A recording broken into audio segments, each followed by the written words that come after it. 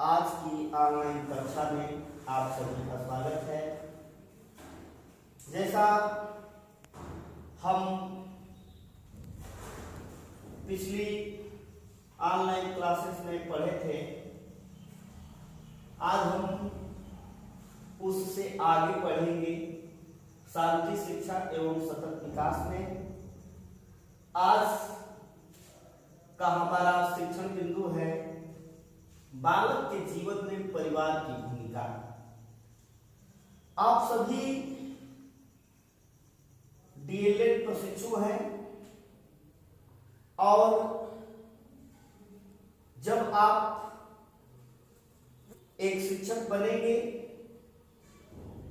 तो हमेशा बालकों में ही आप शिक्षण का काम कराएंगे, शिक्षा अध्ययन अध्यापन का काम कराएंगे। सबसे पहले हमें बालकों को पढ़ना है।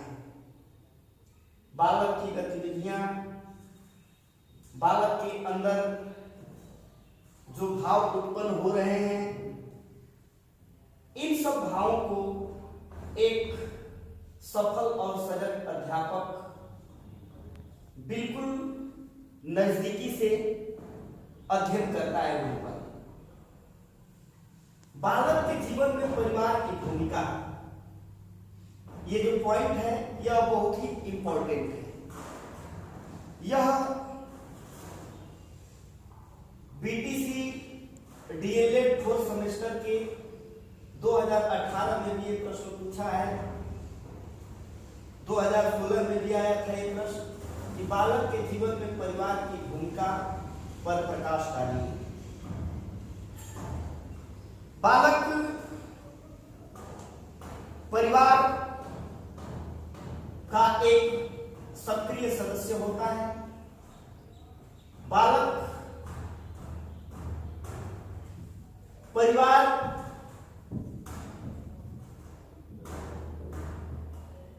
सबसे पहली पाठशाला है। परिवार बालक के प्रारंभिक काल का समाज है जिसमें सारी गतिविधियों और एक्टिविटी में परिपक्वता हासिल करता है। अर्थात इसको हम इस शब्दों में भी कह रहे हैं कि बालक की सबसे पहली पाठशाला जो होती है वो परिवार होती है। परिवार में सभी सदस्य आते हैं, माता पिता, भाई बहन, चाचा चाची, दादा दादी, ये सभी सदस्य मिलकर के जब कोई बालक घर में होता है तो उस बालक को अनेकानेक प्रकार की शिक्षाएं देते हैं। प्रारंभ काल में जब वो बालक छोटा होता है तो उसको सभी प्यार सम्मान देते हैं, दुलार देते हैं। बालक की शिक्षा हेतु उचित पर्यावरण का प्रबंध करते हैं। बालक को शिक्षा देने के लिए उचित पर्यावरण का निर्माण करना। जो प्रथम पाठशाला है उसकी प्रथम शिक्षिका के बारे में आपने पढ़ा होगा कि सबसे प्रथम शिक्षिका माँ होती है। परिवार जो होता है बालक की सबसे पहली पाठशाला होता है और उस पाठशाला की जो प्रथम शिक्षिका होती है वो माँ होती है। अन्य जितने भी सदस्य होते हैं बालक के विकास के लिए उसका समय समय पर सहयोग देते हैं। अब बालक की सामान्य शिक्षा हेतु उचित पर्यावरण का निर्माण करना अर्थात उसको एक नया आयाम देना, जीवन जीने की कला सिखाना, जीवन जीने में जो कुछ गतिविधियां आती हैं उन सारी गतिविधियों का अवलोकन कराना।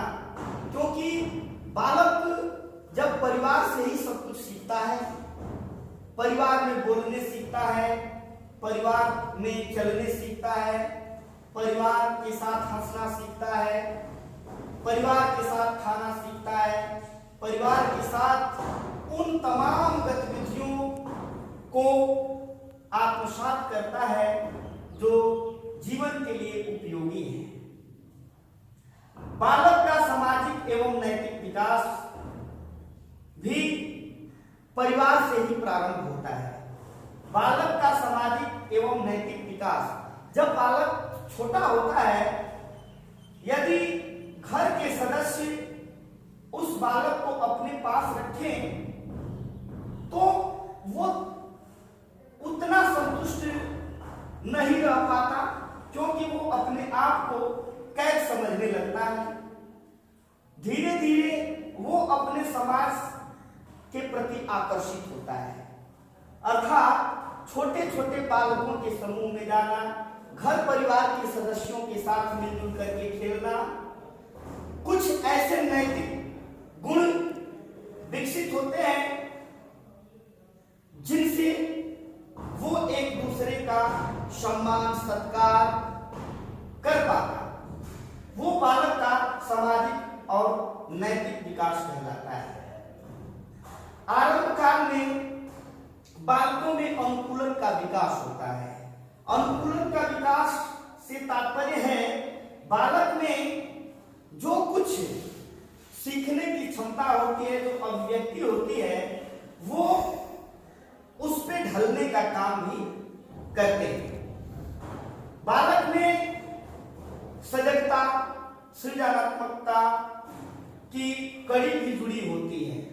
वो जो कुछ देखता है परिवार के अंदर, जो भी गतिविधियां देखता है, वो उसका अनुकरण करना सीखने लगता है। इस तरह से जो भी कुछ घर परिवार में कृत कार्यों को बालक देखते हैं, वो खेल खेल में उसका अनुकरण करते हैं और अनुकरण करने के बाद उसके अनुकूल उनका विकास भी होने लगता है। अगला पॉइंट है विद्यालय शिक्षा की व्यवस्था करना। घर परिवार के सदस्य बच्चे को एक ऐसी व्यवस्था देना चाहते हैं जिससे उसका शारीरिक, मानसिक और बौद्धिक विकास हो सके।